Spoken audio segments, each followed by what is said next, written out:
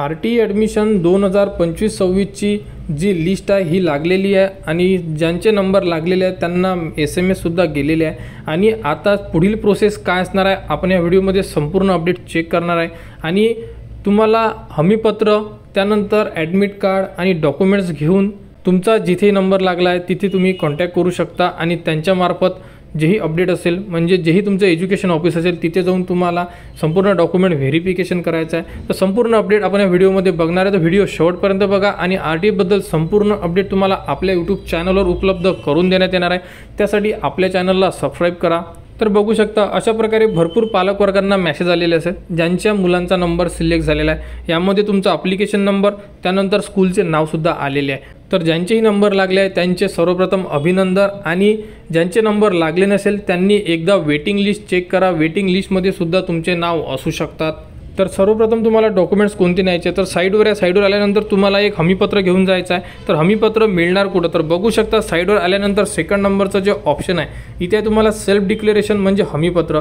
तर इथून तुम्हाला हे हमीपत्र हे डाउनलोड करून घ्यायचं आहे आणि या हमीपत्राची तुम्हाला प्रिंट काढायची आहे आणि हे प्रिंट काढून तुम्हाला संपूर्ण जे हमीपत्र असणार आहे हे फिल करून घ्यायचं आहे। जसे की यामध्ये बघू शकता की सर्वप्रथम विद्यार्थ्याचे नाव, त्यानंतर अर्ज क्रमांक म्हणजे ॲप्लिकेशन ID जोही तुमचा होता, त्यानंतर इथे पालकांचे नाव म्हणजे आई किंवा वडिलांचे नाव लिहिणं गरजेचं आहे। त्यानंतर सर्वात खाली आल्यानंतर लेफ्ट साईडला तारीख आहे, सही, नाव आणि मोबाईल क्रमांक, या प्रकारे हे तुम्हाला फिल करून घ्यायचं आहे आणि हे तुम्हाला डॉक्युमेंटसोबत घेऊन जायचं आहे। आणि हमीपत्र हे कंपल्सरी राहणार आहे, त्यामुळे तुम्ही जेव्हा ॲडमिट कार्ड काढणार तेव्हा तुम्ही हमीपत्रसुद्धा घ्या। आणि आता ॲडमिट कार्ड तुम्ही लॉग इनमधून सुद्धा काढू शकता किंवा डायरेक्ट बाहेरून सुद्धा काढू शकता। तर कसं काढायचं हे सुद्धा आता आपण बघणार आहे। साईडवर आल्यानंतर सर्वात खाली ऑप्शन आहे ॲप्लिकेशन वाईज डिटेल्स म्हणून, तर इथे तुम्ही ॲप्लिकेशन नंबर टाका आणि गोला क्लिक करा। नंबरला सिलेक्ट केल्यानंतर बघू शकता तुम्ही की यांचा नंबर एका स्कूलमध्ये लागलेला आहे, विद्यार्थ्याचे नावसुद्धा आहे, ॲडमिशन स्टेटसमध्ये पेंडिंग आहे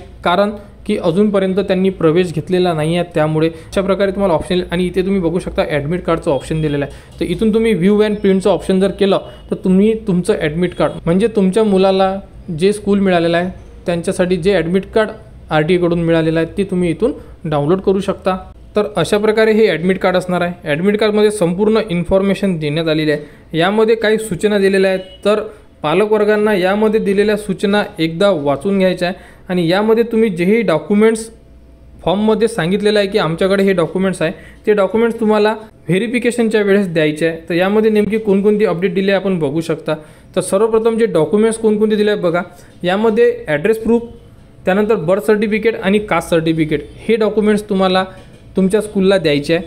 त्यानंतर यामध्ये काही महत्त्वाच्या सूचना दिलेल्या आहेत, तर सर्वप्रथम तुम्हाला ह्या महत्त्वाच्या सूचना एकदा रीड करून घ्यायच्या आहे आणि यामध्ये तुम्हाला जे फॉर्म व्हेरिफिकेशनला कुठं जायचं आहे त्याबद्दलचे सुद्धा अपडेट देण्यात आली आहे। तर बघू शकता यामध्ये तर तुमच्या शाळेच्या जवळ जेही व्हेरिफिकेशन सेंटर आहे तिथे तुम्हाला जाऊन तुमचा फॉर्म व्हेरीफाय करून घ्यायचा आहे। एकापेक्षा जास्त अर्ज जर केले असेल तर तुम्ही लॉटरीमधून रद्द केले जाऊ शकता, याबद्दल सुद्धा यामध्ये सांगितलेलं आहे। तर यामध्ये अर्जात नमूद केलेल्या सर्व कागदपत्रांच्या स्वाक्षांकित मूळ प्रती घेऊन पडताळणी समितीकडे जायचे आहे, म्हणजे जेही समिती आहे तिथे तुम्हाला जायचं आहे। आणि जर तिथं जायच्या अगोदर तुम्ही ज्याही शाळेला तुमचा नंबर लागलेला आहे तिथे सुद्धा तुम्ही एकदा जाऊ शकता, त्यांच्याकडून तुम्हाला जर कोणती इन्फॉर्मेशन पाहिजे असेल तर तुम्ही घेऊ शकता आणि त्यानंतरच तुम्ही समितीकडे जाऊ शकता किंवा डायरेक्ट समितीकडे गेले तरी चालेल, किंवा तुम्हाला जर काही इन्फॉर्मेशन पाहिजे असेल तर तुम्ही जाऊ शकता। त्यानंतर बघा भाडे करारनामा हा दुय्यम निबंधक कार्यालयाचा असणं गरजेचं आहे, जे आपण खूपदा सर्व व्हिडिओमध्ये सांगितलेलं आहे। आणि त्यानंतर बघू शकता भाडे करारनामा हा फॉर्म भरण्याच्या दिनांकाच्या पूर्वीचा असावा आणि त्याचा कालावधी हा 1 वर्षाचा असणं गरजेचं आहे। त्यानंतर सर्व कागदपत्रांच्या 2 कॉपी काढाव्यात, म्हणजे झेरॉक्स कॉपी ह्या 2 बंच तुम्हाला बनवून घेऊन जायच्या आणि एक संच तुम्हाला पडताळणी समितीकडे द्यायचा आहे आणि एक संच तुम्हाला शाळेला द्यायचा आहे, म्हणजे 2 संच लागणार, 2 बंच तुम्हाला बनवून घेऊन जायच्या, एक समितीकडे आणि एक शाळेकडे। तर अशा प्रकारे यामध्ये माहिती देण्यात आलेली आहे। तर उत्पन्नाचा दाखला, कास्ट सर्टिफिकेट हे परराज्यामधलं चालणार नाही आहे। त्यानंतर पडताळणी समितीकडून सर्व कागदपत्रे तपासून घ्यायचे आहे आणि हे जे लेटर आहे सर्वांना मिळालेलं आहे, त्यामुळे यामध्ये महत्त्वाच्या सूचना जो पार्ट दिलेला आहे तो पार्ट तुम्हाला एकदा संपूर्ण एकूण एक पॉईंट रीड करून घ्यायचा आणि त्यानंतर तुम्ही व्हेरिफिकेशन समितीकडे जायचं आहे। त्यानंतर सर्वात खाली बघितलं तर तिथे तुम्हाला अर्जाची पडताळणी कुठे करायची या संदर्भात 5 ते 6 ऑप्शन देण्यात आलेले आहे। तुम्हाला जेही ऑप्शन जवळ वाटत असेल त्या ठिकाणी तुम्ही जाऊ शकता, तुमच्या अर्जाची तुम्ही पडताळणी करू शकता। तर अशा प्रकारे ही एक महत्त्वाची अपडेट होती। तर ज्याही विद्यार्थ्यांचे नंबर लागलेले आहे त्यांनी 28 तारखेच्या आत त्यांचा प्रवेश निश्चित करायचा आहे। 28 तारखेनंतर डेट वाढेल का याबद्दलची कुठेही अपडेट नाही आहे, त्यामुळे जेवढ्या लवकर होत असेल प्रवेश निश्चित करून घ्या आणि प्रवेश घेऊन घ्या। कारण जर तुम्ही प्रवेश नाही घेतला तर वेटिंगवाले जेही विद्यार्थी असेल त्यांना चान्स मिळणार आहे। त्यामुळे ज्या स्कूलला तुम्हाला प्रवेश मिळालेला आहे तिथे तुम्हाला प्रवेश घ्यायचा आहे। जर प्रवेश घ्यायचा नसेल तर तुम्ही प्रवेश ॲडमिशन प्रोसेसमध्ये जायचं नाही, म्हणजे तुमचा प्रवेश ॲटोमॅटिक कॅन्सल होऊन जाणार। तर अशा प्रकारे ही होती RT बद्दल एक महत्त्वाची अपडेट। तर RT बद्दल जी पुढील अपडेट येईल ती तुम्हाला आपल्या यूट्यूब चॅनलवर उपलब्ध करून देण्यात येणार आहे।